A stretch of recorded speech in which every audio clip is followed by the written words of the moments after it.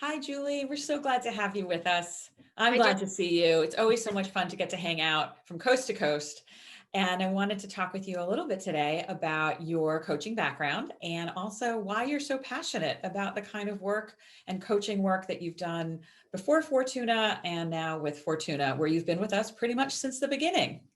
Yeah, thanks, Judith. I'm really glad to be here. I have been with Fortuna for just about 7 years now. So I've been there from almost the get-go, and I've seen, so many people come through our doors and now have graduated from their MBA programs. And I just love to see how people have, taken their, aspirations, their goals that they came to us with and have run with it. And I would say that that's probably one of my biggest reasons why I'm passionate about coaching is just I'm really extroverted and I really love connecting with people. And so with our clients, I really enjoy finding out, what it is that they want out of an MBA program, what their aspirations are, not just professionally, but also personally, to kind of see where they want to go. And I just really enjoy the process of kind of guiding them through the sort of like introspective nature of working with Fortuna and kind of getting to that point where they feel really confident to hit the submit button. And it's definitely been fun over the years to work with you and to hear about different students and what's going on and kind of what their development is as they start with you and then middle of the way and then sort of how things end up.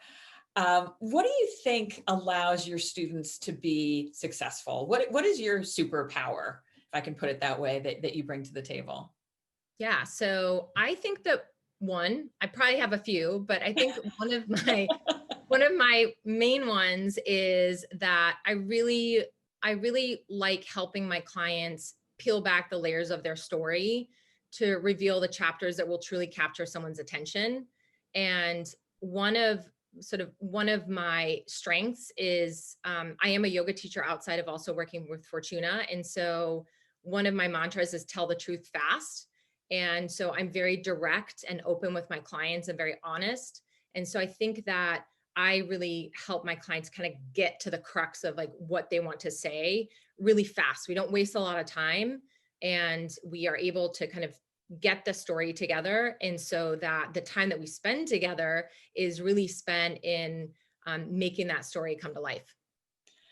I like that. Get to the truth fast. That's a really good thing to think Yeah. about in terms of, life as well as applying to business school. And you've had so many interesting students that you've worked with from your time at Chicago and your time at Wharton Lauder and now with Fortuna. Do you have a story that you could share with us about a student relationship or a student outcome that you think is pretty indicative of how you work and why your students work with you so well? Yeah, boy. I have so many great success stories, and I have so many clients that I'm still in touch with and try to keep tabs on. But the one that really comes to mind for me is I had a client a couple of years ago that came to me very late in the process looking to apply to Chicago Booth for round three, which normally I would discourage someone from applying in round three unless they are like a golden unicorn. Because as round three schools are typically looking to fill very specific sort of profiles and spots in their class. But I really felt like she had a good story and I really connected with her. So her and I sort of like bought into each other to commit to the process of applying to round three. And, she put together a really great application. She was a really strong candidate. And at the end of the day, she got in, which is pretty rare to get into, one of the M7 schools in a round three application. So that was probably one of my more memorable moments with a client. And it sounds like you deeply believed in her, like, and you guys also had one of those like great relationships that you were able to kind of move forward through it together.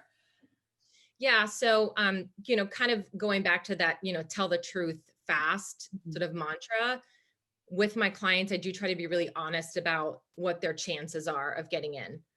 Without putting a number to it, I feel like I can be really honest and genuine about saying, I will, if you want to do this, I'm in it with you and I will help you and we'll, give it our best shot. But my gut is telling me that you would be better off waiting Mhm. until, the next round or wait for round one of the next year. But sometimes a client comes along and they, they do a really nice job of convincing you that that they're totally committed to that Yeah. process. And if they are, then I am as well. So I know it's hard to kind of sum up a piece of advice for prospective students, but you have worked in so many different capacities. Do you have some thoughts about general ideas that students coming into the process can think about? Yeah, I think one of the main ideas that I like to share with my clients is to not be afraid to go against the crowd. Mhm. I think it can be really easy to fall into the trap of thinking that you know what admissions wants to see. You read blogs and you're going on the different admissions boards and you're hearing things about, oh, I need to have X, Y, and Z in my application, or this is what they're looking to see in the essay.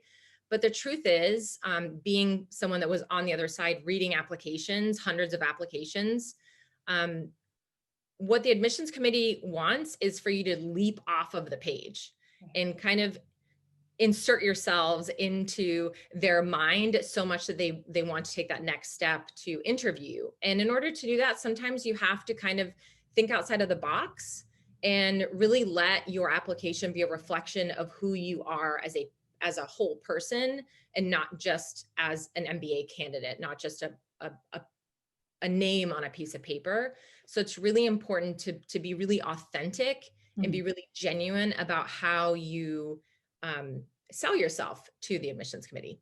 And I think that means you're not always perfect. I definitely talk to students who think, oh, they're going to show this weakness from my undergrad, or they're going to show that I, left my job after a year. And I'm thinking business schools don't want perfect. If you were perfect, you wouldn't be bothering. They want people that have gone through something, this process, Right. figuring out who they are and what they want. Exactly. I mean, you wouldn't be pursuing an MBA if you already had all the tools and all the knowledge that you need to kind of do what you want to do. So that's already inherent in the fact that you're applying to business school. So, just don't be afraid to really try to make yourself stand out by being authentic and genuine about who you are. Julie, thank you so much. I'm so glad to start your day, middle of my day. Always such a pleasure. So really look forward to seeing you again, and we'll see everybody soon. Bye. Edith, bye. Thank you. Bye-bye.